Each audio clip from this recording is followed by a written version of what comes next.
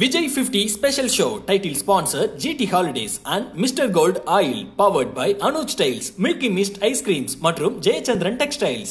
India Glitz வழங்கும் போக்கிரி special show. நீங்க தளபதி விஜயோட ஹார்ட்கோர் ஃபேனா? போக்கிரி படத்தை திரும்பவும் தியேட்டர்ல பார்த்து கொண்டாட ஆசையா இருக்கா? அப்ப நீங்க பண்ண வேண்டியதெல்லாம் ஒரே விஷயம் தான். India Glitz தமிழ் யூடியூப் சேனலை சப்ஸ்கிரைப் பண்ணிடுங்க. மேலும் இன்ஸ்டால ஃபாலோ பண்ணிடுங்க. அத ஸ்கிரீன்ஷாட் எடுத்து ஸ்கிரீன்ல தெரியுற நம்பருக்கு ஷேர் பண்ணி வின் பண்றவங்களுக்கு 1 இல்ல 2 டிக்கெட்ஸ் வழங்கப்படும். அப்புறம் என்ன, வர ஜூன் 21 அன்னைக்கு ரோகிணி தியேட்டர்ல நைட்டு 9 மணிக்கு தளபதி விஜய் அவர்களோட பர்த்டே செலிப்ரேஷனை கொண்டாடி கொளுத்திடலாம். இன்னைக்கு லோகேஷோட ஒர்க் பண்றதுலேருந்து நெல்சனோட ஒர்க் பண்றதுலேருந்து இனிமேல் ஒர்க் பண்ற இயக்குனர் வரைக்கும் டெடிகேஷன், சின்சியாரிட்டி ஒரே ஒரு % கூட மாறாது.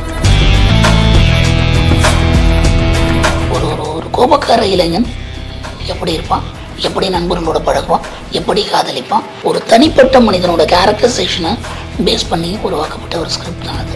நம்ம தியேட்டர்ல உன் படத்தை ஓட்டனன் வை, ஸ்கிரீன் கீஞ்சிரும். அவர் முதல்ல கேமரா முன்னாடி நிற்கும் போது எந்த ஒரு சின்சியாரிட்டிலையும் அந்த ஒவ்வொரு ஷாட்டுக்கும் என்ன கொடுக்குறாரோ அதை அவர் இந்த திரைத்துறையில் இருக்கிற வரைக்கும் கொடுப்பாருன்றது அத்தனை இயக்குநர்களுக்கும் தயாரிப்பாளர்களுக்கும். விஜய்ன்றது வந்து ஒரு கோல்டு. ஓகே, அதை வச்சு நீங்கள் நகை செய்கிறீங்களா இல்லை அதை கத்தியாக செஞ்சு கழுத்து இருக்கிறீங்களா அப்படின்றது உங்கள் பிரச்சனை. டெலிக்ஸ் பார்க்குற எல்லாருக்கும் வணக்கம். நான் ரெஜிராத் அம்மான். ஸோ இன்றைக்கி நம்ம கூட வந்து டைரக்டர் ரமணா சார் தான் இருக்காப்புல. வணக்கம் சார். வணக்கம். எப்படி இருக்கீங்க சார்? நல்லா இருக்கும்பா. Okay sir. சார் இன்றைக்கி நம்ம விஜய் சாரோட பர்த்டே. பட் விஜய் சார் கூட நீங்கள் ஒரு பயங்கரமாக ஒரு ட்ராவல் இருந்திருக்கு. ஸோ விஜய் சாரோட அந்த க்ரோத்தை எப்படி சார் பார்க்குறீங்க? அதாவது விஜய் சாரோட குரோத்தை பார்க்குறன்ற அந்த அந்த அந்த விஸ்தீரணத்தை தாண்டி ஒரு விஸ்வரூப வளர்ச்சியை அவர் அடைஞ்சிருக்கார். அதாவது ஒரு வளர்ச்சின்றது இப்படி இருக்கும் இல்லையா, ஒரு ரன்வேல லைட்டு மெதுவாக பஸ் மாதிரி திரும்பும், அதுக்கப்புறம் மெதுவாக ஓடும், அதுக்கப்புறம் டேக் ஆஃப் ஆகி மேலே போகும். ஒரு ஸ்ட்ரைட்டாக அப்படி ராக்கெட் மாதிரி போயிட்டார். தேர் இஸ் நோ கிராஜுவல் குரோத்துன்னு சொல்லுவாங்கள்ல, அது அவரோட பட்ட சிரமங்கள் எல்லாமே வேறு. ஆனால் இன்று அவர் அடைந்திருக்கின்ற உயரம் மிக மிக மிக ஒரு உன்னதமான ஒரு உயரத்தை அடைஞ்சிருக்கார். கண்டிப்பாக சார், அது ஒரு பூம் தான். நீங்கள் சொன்ன மாதிரி இந்த ராக்கெட் மாதிரி சட்டுன்னு மேலே போன மாதிரி தான் சார். ஏன்னா இந்த ஒரு பர்த்டே வந்து அவருக்கு ஒரு வித்தியாசமான ஒரு பர்த்டேன்னு சொல்லலாம். ஏன்னா இது வரைக்கும் நம்ம ஆக்டராக கொண்டாடிட்டு இருந்தோம். இந்த பர்த்டேலேருந்து அவர் ஒரு பொலிட்டீஷியன் ப்ளஸ் ஆக்டராக வந்து நம்மளுக்குலாம் வரும்போது, ஸோ அந்த பொலிட்டீஷியனாக நீங்கள் எப்படி சார் பார்க்குறீங்க? அவரை மட்டும் இல்லைப்பா, நாட்டுக்கு நல்லது பண்ணணும்னு நினைக்கிறேன் அத்தனை பேரையும் வரவேற்கணும்னு தான் நான் விரும்புகிறேன். நான் வரவேற்கிறேன். குறிப்பாக நான் வரவேற்கிறேன். நல்ல எண்ணத்தோடு நம்ம நாட்டுக்கு ஏதாவது செய்யணும், நம்ம மக்களுக்கு ஏதாவது செய்யணும் அப்படின்னு வர்ற விஜயை இருகரம் நீட்டி வாழ்த்தி வரவேற்கிறேன். Okay sir. ஸோ இதை பற்றி நம்ம பேசியிருக்கும்போது திருமலையை பற்றி லைட்டாக நான் பேசலான்னு உங்ககிட்ட ஆசையாக இருக்குது சார். ஏன்னா திருமலை ஃபஸ்ட்டு ஆரம்பிக்கிறதுக்கு முன்னாடி நீங்கள் என்ன சொல்லி இந்த படம் எப்படி உருவானதுன்னு நான் உங்ககிட்ட கேட்க விருப்பப்படுறேன். முதல்ல எப்படி சார் இது ஒரு பிளான் ஆகி இதுக்குள்ளே விஜய் சார் கொண்டு வரலாம் அப்படின்னு ஒரு பிளான் பண்ணுது சார் திருமலையில் நடந்த என் வாழ்க்கையில் நடந்த ஒரு மிகப்பெரிய வரம், ஒரு பூன் அப்படின்னு சொல்லுவோம்ல, வாழ்க்கையில் வரம் அப்படின்னு இல்லை, அந்த மாதிரி நடந்த விஷயங்கள் 2. ஒன்று, என்னுடைய முதல் படம் எனக்கு கவிதாலயா அப்படிங்கிற ஒரு மிகப்பெரிய ஒரு நிறுவனத்தில் கே பாலச்சந்தர் ப்ரொடியூசராகவும் அவங்க மகள் புஷ்பா கந்தசாமி அவங்க தயாரிப்புலையும் பண்ண ஒரு வாய்ப்பு கிடைச்சதுங்கிறது மிக மிக மிக மிக ஒரு அற்புதமான ஒரு வாய்ப்பு. அதுக்கு சிகரம் வச்ச வாய். அதில் ஹீரோவாக யார் கதாநாயகனாக நடிக்கிறார் அப்படின்னா ஒரு இளைய தளபதி விஜய் அவர்கள் வந்து ஹீரோவாக எனக்கு அமைஞ்சது வந்து அதை விட ஒரு அற்புதமான ஒரு விஷயம். இது 2ம் ஒரு புதுமுக இயக்குனருக்கு கிடைக்குமா அப்படின்னா எனக்கு கிடைச்சிது. அந்த வகையில் எனக்கு நான் கொடுத்து வச்சோம்னா திருமலைன்றது வந்து ஒரு விஜய் சாருக்காக எழுதப்பட்ட கதை இல்லாது. அது வந்து ஒரு ஜென்ரலாக ஒரு ஒரு கோபக்கார இளைஞன் எப்படி இருப்பான், எப்படி நண்பர்களோட பழகுவான், எப்படி காதலிப்பான், எப்படி அவன் வீரம் இருக்குமோ, அவனோட எதிரிகளை கூட அவன் எப்படி ஹேண்டில் பண்ணுவான் அப்படின்னு ஒரு பர்சனலாக ஒரு தனிப்பட்ட மனிதனோட கேரக்டரைசேஷனை பேஸ் பண்ணி உருவாக்கப்பட்ட ஒரு ஸ்கிரிப்ட் தான் அது. ஸோ அது வந்து என்னோட நல்ல நேரம் அதை விஜய் அவர்கள் கேட்டுட்டு உடனே அதை படம் பண்ணுறேன் ஒத்துக்கிட்டார். ஏன்னா திருமலையை பற்றி கேட்க காரணம் என்ன சார், இப்போ லியோ வரைக்கும் நீங்கள் எடுத்துக்கிட்டிங்கன்னா அப்படி வந்து சிகரெட்டை கையில் எடுத்தோம் அப்படின்னா அது திருமலை ஸ்டைல் தான் அப்படிங்காங்க. அந்த ஸ்டைல் இன்ன வரைக்கும் அப்படியே இருக்குது. ஸோ அந்த ஸ்டைல்லாம் எப்படி சார் மேக் பண்ணீங்க அந்த டயத்தில்? அதாவதுப்பா, அது திரைப்படம் பொறுத்த வரைக்கும் 2 விதமான திரைப்படங்கள், திரை இயக்குனர்கள், திரை ரசிகர்கள் எல்லாமே இருக்காங்க. ஒன்று, ஒரு படைப்பாளி தனக்கு பிடித்த ஒரு கரு, அதற்கு தகுந்த ஒரு கதை, அந்த கதையெல்லாம் எழுதி முடித்தோடனே இதுதான் என் கதை, என்னோடய கதை இது, என்னோடய படைப்பு இது அப்படிங்கும்போது அதற்கு தேவையான அந்த கதை டிமாண்ட் பண்ணுற ஒரு நாயகனை, அது புதுசாக இருக்கலாம், ஸ்டாராக இருக்கலாம், யாராக வேணா இருக்கலாம், அந்த கதையை டிமாண்ட் பண்ணும். இப்படிப்பட்ட ஒரு மனிதன் வேணும் அப்படின்னு அதை எடுத்து அதை மேக் பண்ணி ஆடியன்ஸ்கிட்ட போய் இது என்னோடய ப்ராடக்ட், இதை நீங்கள் பாருங்கள், உங்களுக்கு பிடிச்சிருக்கா இல்லையா அப்படின்ட்டு கொடுக்கறது ஒரு விதம். இதை ஒரு பாலமகேந்திரா சாராக இருக்கலாம், ஒரு மகேந்திரன் சாராக இருக்கலாம், ஒரு ஸ்ரீதர் சாராக இருக்கலாம், ஒரு பாலச்சந்தர் சாராக இருக்கலாம், பாரதராஜா சாராக இருக்கலாம், ஏன் இன்றைக்கி வெற்றிமாறனாக இருக்கலாம்.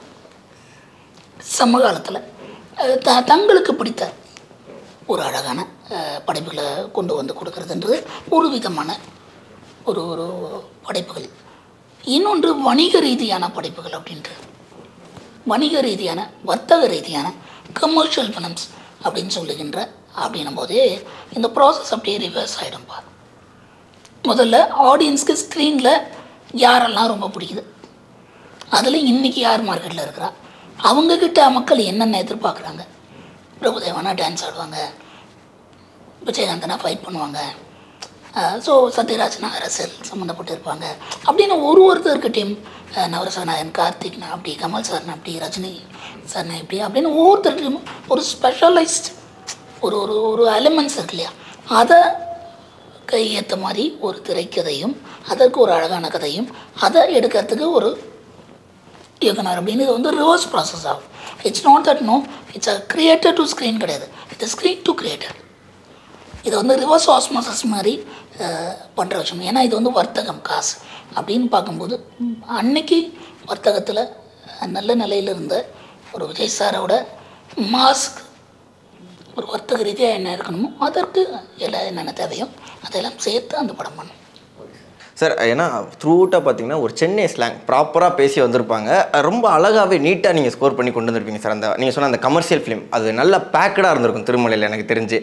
ஸோ அந்த டயத்தில் விஜய் சார் கூட ஒர்க் பண்ணும்போது அங்கே உள்ள அந்த ஷூட்டிங் ஸ்பாட்லேயும் சரி, அவர் அதில் கொடுத்த இன்ட்ரெஸ்ட்டும் சரி, அதில் நீங்கள் பார்த்து சார் இதில் பயங்கர இன்ட்ரெஸ்ட்டாக இருக்காப்புல, இது பயங்கர டைமிங் கீப்பப்பாக இருக்குன்னு சில விஷயங்களில் டேரக்டர் பார்த்து இந்த மாதிரி வேந்திருப்பாங்களா, அந்த மாதிரி விஷயங்கள் ஏதாச்சும் இருக்கா சார்? எனக்கு கடந்த 20 ஆண்டுகளாக விஜய் ரொம்ப நெருக்கமாக தெரியும். ஒரு புதுமுக இயக்குனராக அன்னைக்கு நான் ஒரு என்னால் இருந்து ஆரம்பிச்சு இன்னைக்கு இன்னைக்கு லோகேஷோட ஒர்க் பண்ணுறதுலேருந்து, நெல்சனோட ஒர்க் பண்ணுறதுலேருந்து, இனிமேல் ஒர்க் பண்ணுற இயக்குனர் வரைக்கும் அவரோட கான்ட்ரிபியூஷன் இருக்கு இல்லையா, டெடிக்கேஷன், சின்சியாரிட்டி ஒரே 1% கூட மாறாது. இது புது பையன், இது சூப்பர் ஹிட் டேரக்டரு, இவன் புதுசாக தான் வந்திருக்கான் அப்படின்ற எந்த பாகுபாடும் எந்த ஒரு வித்தியாசமும் செட்டில் அவருக்கு இருக்கவே இருக்காது. Once he like the script, once he like the project, once he agree to do it அப்படின்னா அந்த குறிப்பிட்ட படப்பிடிப்பினாலையும் அந்த படம் முடிந்து தேட்டரில் ரிசல்ட் வர வரைக்கும் அவரோட கான்ட்ரிபியூஷன் அப்படிங்கிறது இது ஏதோ ஒரு இன்டர்வியூக்காக சொல்கிற விஷயம் இல்லை. இது அவரோட பணிபுரிஞ்ச அத்தனை இயக்குநர்களுக்கும் தெரியும். இது ரமணான்ற ஒரு தனிப்பட்ட ஒரு ஸ்பெஷல் மெஷர், அதில் ஏதோ இப்போ இவர் இன்ட்ரெஸ்ட் காட்டுறாரு, அவர் எப்போவுமே இன்ட்ரெஸ்ட் தான் காட்டுவார். அவர் இஸ் அ டேரக்டர்ஸ் டிலைட் அப்படின்னு சொல்லலாம். அதை விட ரொம்ப முக்கியமாக இருக்குது அவரோட ரசிகர்களுடைய எதிர்பார்ப்பை பூர்த்தி செய்யணுன்றதுல ரொம்ப ரொம்ப ரொம்ப ரொம்ப ரொம்ப கீனாக இருப்பார். ஸோ சும்மா போன படம் ஓடிச்சு, அதுக்கு முன்னாடி படம் சூப்பர் ஹிட் ஆகிடுச்சு, இது ஏதோ ஒன்று பண்ணலாம், அது இருக்கவே இருக்காது. அவர் முதல்ல கேமரா முன்னாடி நிற்கும் போது எந்த ஒரு சின்சாரிட்டிலையும் அந்த ஒவ்வொரு ஷாட்டுக்கும் என்ன கொடுக்குறாரோ அதை அவர் இந்த திரைத்துறையில் இருக்கிற வரைக்கும் கொடுப்பாருன்றது கூட 2 படம் டைரக்ட் பண்ண எனக்கு ரொம்ப நாளாக தெரியும். எனக்கு மட்டும் இல்லை, அத்தனை இயக்குநர்களுக்கும் தயாரிப்பாளர்களுக்கும் தெரியும். சார் 2 படம் ஒர்க் பண்ண சொன்னீங்க சார். மொதல் படம் ஒர்க் பண்ணுறதுக்கும் 2வது படம் ஒர்க் பண்ணுறதுக்கும் அவர் எவ்வளோ தூரம் இம்ப்ரூவ் பண்ணிட்டு வந்திருந்தாப்புல சார்? நான் அதை திருப்பி நான் தான் சொல்கிறேன்ப்பா. பிச்சைன்றது ஒரு கோல்டு. ஓகே, அதை வச்சு நீங்கள் நகை செய்கிறீங்களா இல்லை அதை கத்தியாக செஞ்சு கழுத்து இருக்கிறீங்களா அப்படின்றது உங்கள் பிரச்சனை. அதனோட தன்மை மாறாது.